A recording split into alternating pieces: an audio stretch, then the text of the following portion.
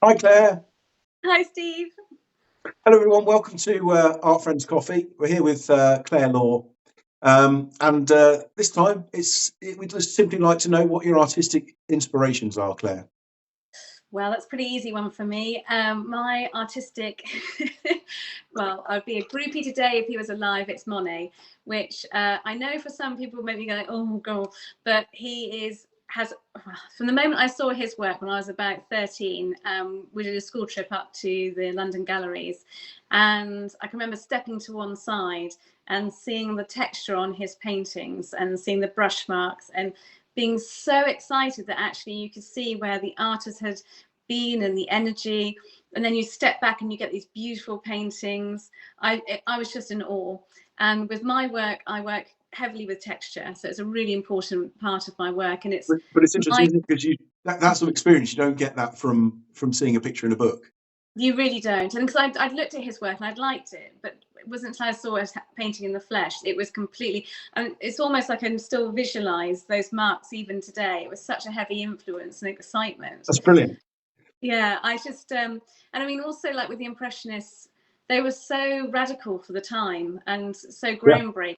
And sort of I often sort of think, like Damien Hirst when he did his formaldehyde animals, and they were so shocking, and that's like the same sort of response that the Impressionists were getting now, whereas for us it's just sort of quite chocolate boxy. But yeah, he was just absolutely amazing, and I loved his work ethic. If only we could have people carrying our 16 canvases out onto the shoreline, helping yeah, us that look would be at. lovely, wouldn't it? Yeah.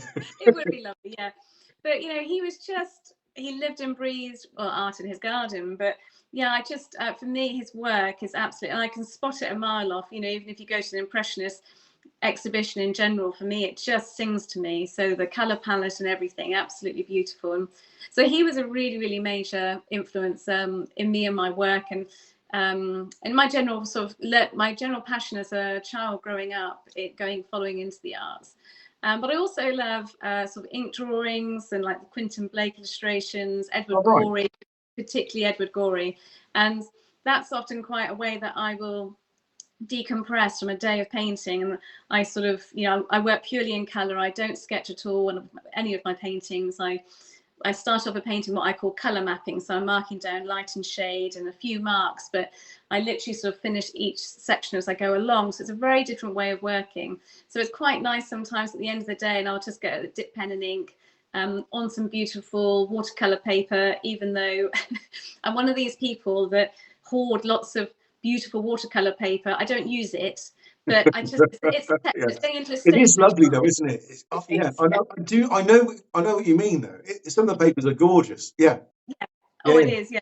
But again, the texture, I think. So yeah, so I'll do sort of. So I think that sort of more of those sort of like black and white illustrations and things like that has always sort of given me a drawn to. Actually, I've got a illustration that was given to me many years ago, and it's of a 1917 politician, and it's like almost like a caricature, and it's beautifully done, black and white.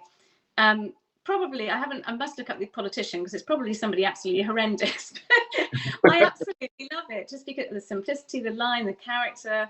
And I suppose also like with Monet, he started off doing his caricatures quite early on. That's how he sort of started earning a bit of a living first thing. So maybe there's a correlation of your creative inspiration there. I don't know, but yeah. But the Impressionist for me, it's what I get really excited about.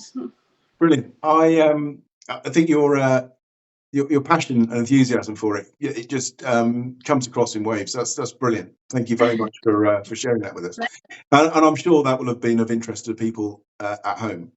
There's a lot past artists can give us, I think, and we are very fortunate, I think, that we live in a place where you can walk into these galleries for free and Oh, I mean, go and look at amazing pieces of art.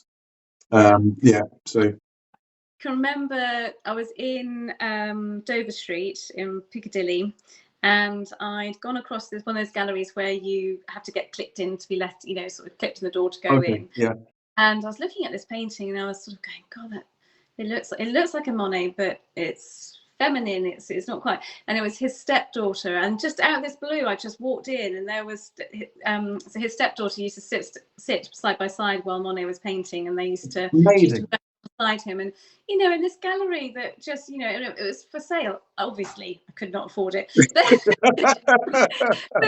I mean, how lucky to stumble upon this amazing bit of history, and it was beautiful. She did a good job. Fantastic. Claire, it's been, as ever, it's great listening to you. Thanks so much for your time. Pleasure. For those at home, I hope you enjoyed that. I know I did. And if you did enjoy it, then please give us a like and consider giving us a subscribe. That'd be most welcome.